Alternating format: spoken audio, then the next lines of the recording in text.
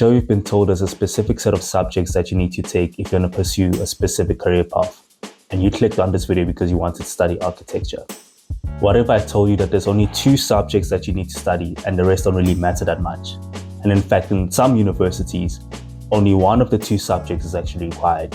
The only 2 subjects that are consistently required across South African universities are English and mathematics.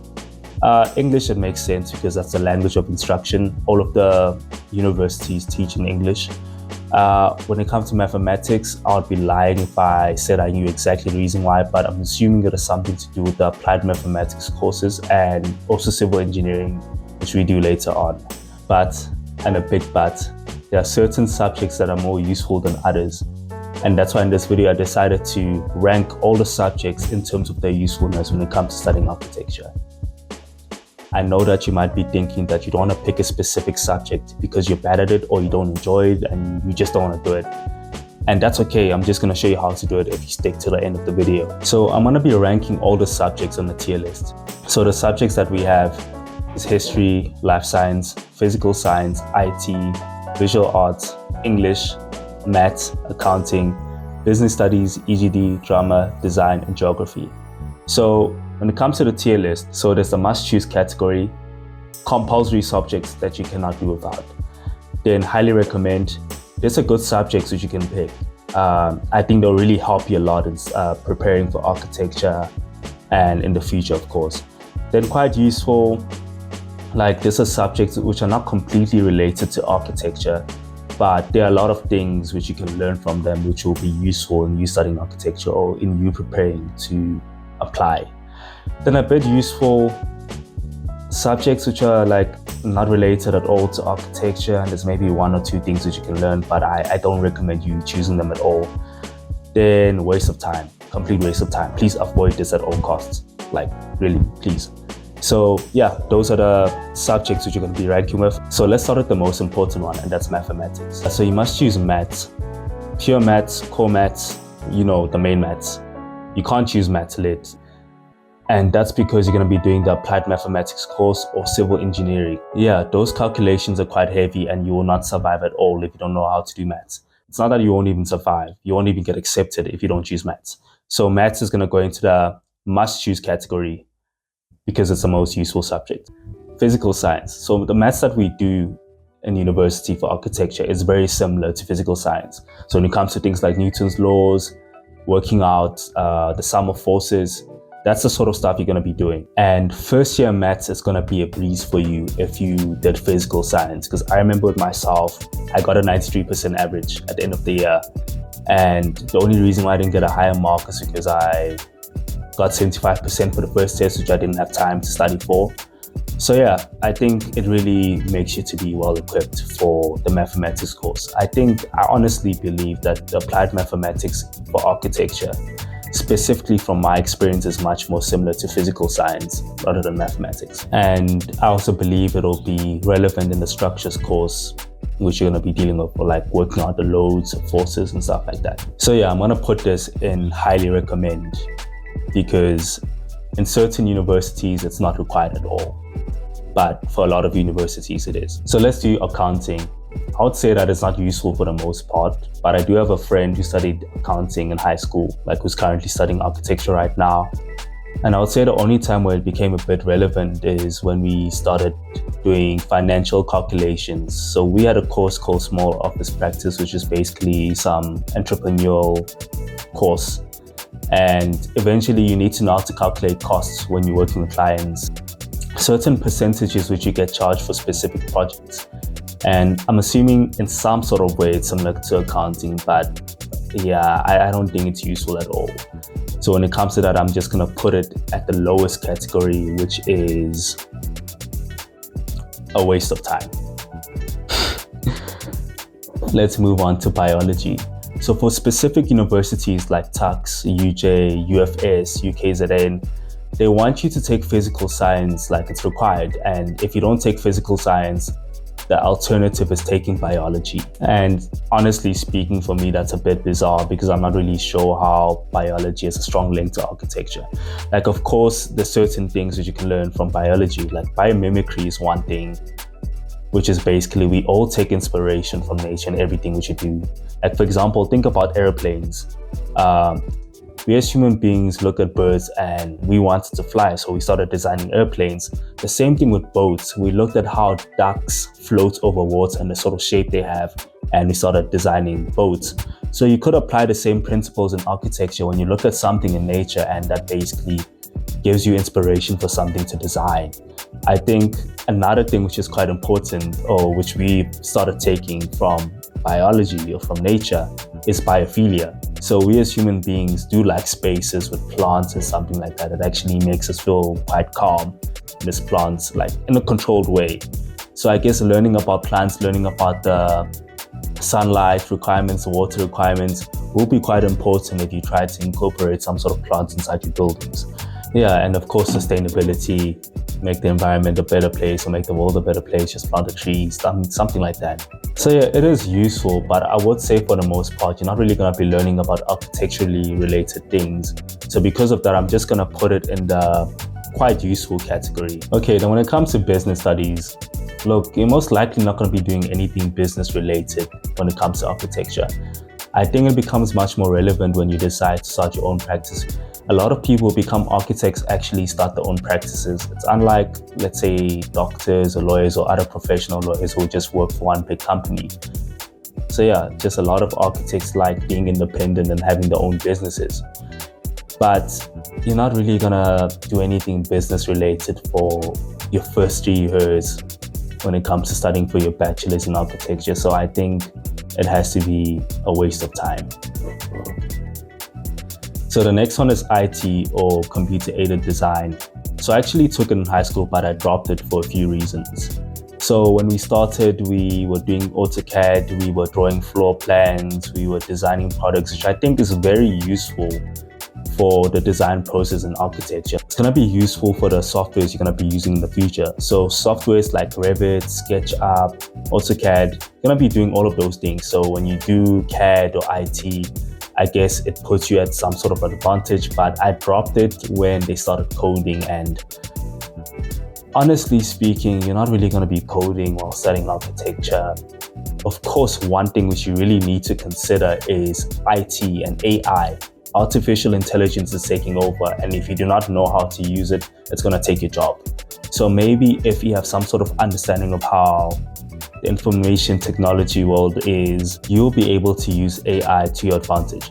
Like ChatGPT, Gemini, OpenArt, all the softwares can actually design buildings. I already know the first years of this year, they've been tasked in certain assignments to use AI to design buildings. So I think it's going to be extremely important that you know how to use artificial intelligence. So when it comes to IT, I think you should really consider it. It can be quite useful, even though you're not going to be doing architecturally related things with it. So yeah, IT goes in a quite useful category to your list. Okay, drama. I know this is a very weird subject for me to include, but hear me out. So how you'll be able to win a significant portion of your marks in the main courses, which is design, construction, and history, is through your presentations. This means that you need to know how to talk to people, because architecture is a social degree. That means that you need to be confident, and a lot of the best presenters in my class, which I've seen during the last few years, did take drama as a subject. And although I don't recommend this, sometimes you'll need to know how to think on your feet and make up lies or stories if your presentation does not make sense. Sometimes you won't have enough time to come up with your presentation scripts, so you will need to be able to speak about your project. You will need to be able to improvise. But I also think it's quite important when it comes to developing empathy. Architecture is a social degree. That means when you're designing a building, you need to think about your clients. You need to put yourself in their shoes and think about what their wants and needs and desires. You need to think about how they're going to be experiencing a space. And I think drama is quite useful because you play a certain character and you start feeling them, like you start feeling through your role and something like that. And I think what's important in architecture is for you to imagine yourself as the client, imagine yourself as the person who's going to be living in that house and how it must feel to be there. So yeah, for that reason, I'm actually going to put drama in the highly recommended. Okay, so when it comes to English, it's a medium of instruction in all of the universities. Like, we don't have a choice because we were colonized by the British. But anyways, you'll require a level 5 pass from your matric certificate.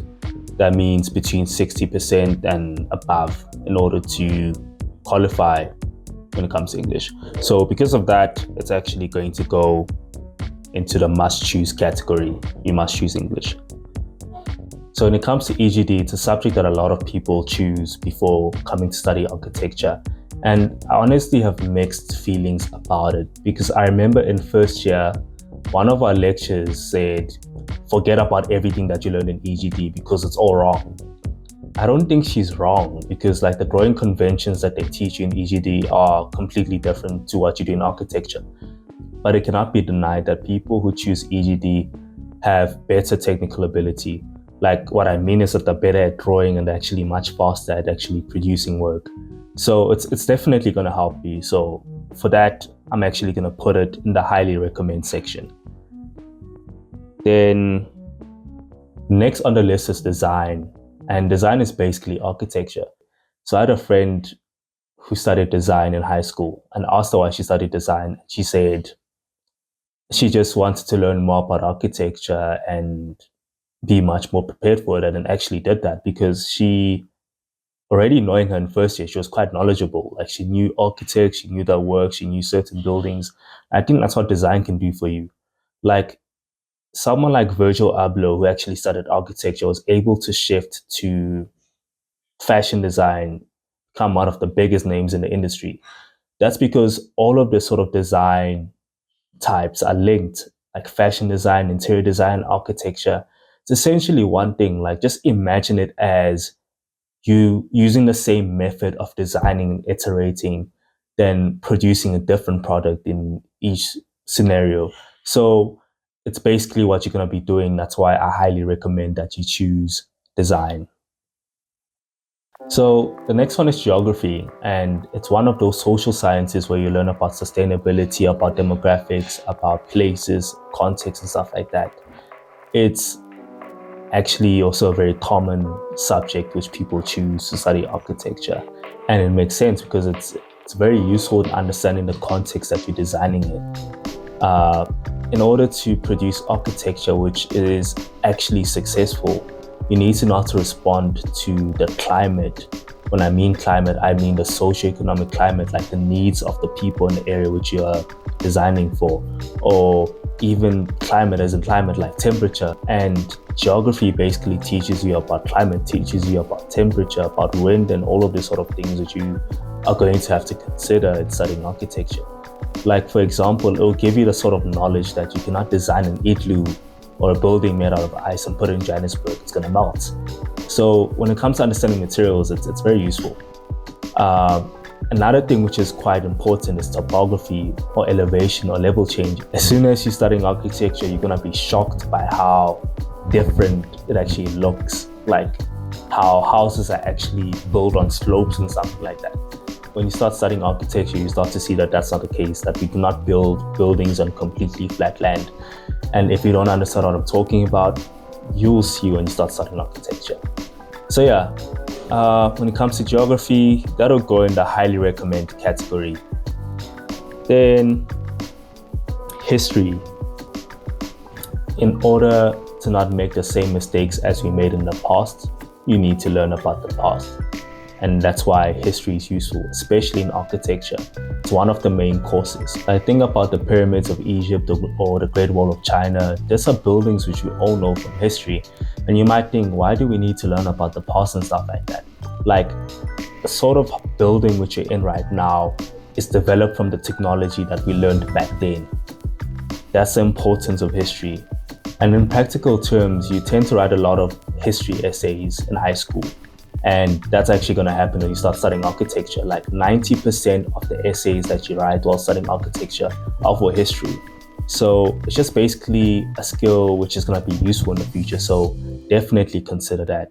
And for that reason, I'm going to put history at the highly recommended category. The last thing is visual art. Architecture is basically art. Think about a building as an artwork that people work in, live in, and actually use on a daily basis. And also the amount of art galleries I've visited and art projects assignments, which are actually artworks that I had to submit for this degree, is actually crazy. So you're going to be doing a lot of art. I think conceptually, when it comes to developing the sort of building which you want to design, like when you start the process, it's going to start in an artistic way. Architecture is a creative degree, and studying visual arts in high school is going to help bring the creativity out of you. In fact, most people study architecture are artists or have some sort of art background. And honestly, I would have wanted to put it in the must-choose category, but it is possible to actually make it in. But I highly recommend visual arts for studying architecture. You've reached the end of this video, and I really hope it was helpful. If you have any questions, you can follow and DM me on Instagram at KongolaniN. And as I promised at the start of this video, I will tell you what to do if you don't want to pick a specific subject. And if you also want to find out what subjects I personally chose, you can click on this video right here.